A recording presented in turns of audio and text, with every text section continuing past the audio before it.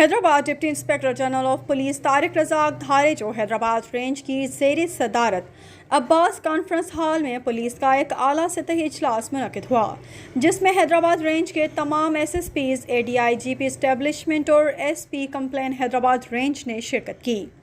इजलास का आगाज़ तिलावत कलाम पाक से किया गया। इजलास में गैर कानूनी तौर पर मुकीम गैर मुल्कियों के अनखला समेत रेंज में अमन व अमान की मजमूई सूरत हाल, ऑर्गेनाइज्ड क्राइम, मंशियात, मेनपुरी, गुटके की खरीदो फरोख्त, मफरूर, रुपोश और इश्तिहारी मुलजमान की गिरफ्तारियों और माह अक्टूबर के दौरान हैदराबाद रेंज में रोनमा होने वाले जराइम पर तबादला ख्याल किया गया। DIGP हैदराबाद रेंज को SSPs ने अमन व अमान, जराइम की रोकथाम और ऑर्गेनाइज्ड क्राइम के तदारुक के हवाले से उठाए जाने वाले इक़दामात पर रिपोर्ट पेश की।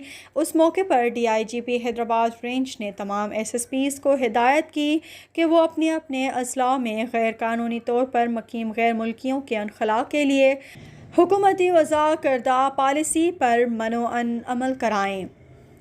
अपने अपने अज़ला में कायम होने वाली होल्डिंग पॉइंट्स की सिक्योरिटी के लिए खातिर ख्वाह इंतज़ामात और गैर मुल्कियों के अनखला के दौरान सिक्योरिटी हाई अलर्ट रखी जाए। ऑर्गेनाइज्ड क्राइम के खात्मे के लिए मौसर हिकमत अमली के तहत इक़दामात उठाए जाएँ और ज़ीरो टॉलरेंस पॉलिसी के तहत समाज दुश्मन अनासर के ख़िलाफ़ भरपूर कार्रवाई की जाए।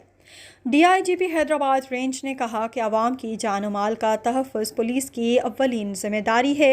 उन्होंने संगीन और मुख्तलिफ नौइयत के जराइम में मुलविस मफरूर, रूपोश और इश्तिहारी मुलज़मान की गिरफ्तारियों के लिए भी फ़ौरी और मौसर इक़दामात उठाने की हिदायत की। उन्होंने कहा कि नौजवान नस्ल को नशे की लानत में मुब्तला करने वाले सफ़ाक मुलज़मान किसी रियायत के मुस्तहिक नहीं।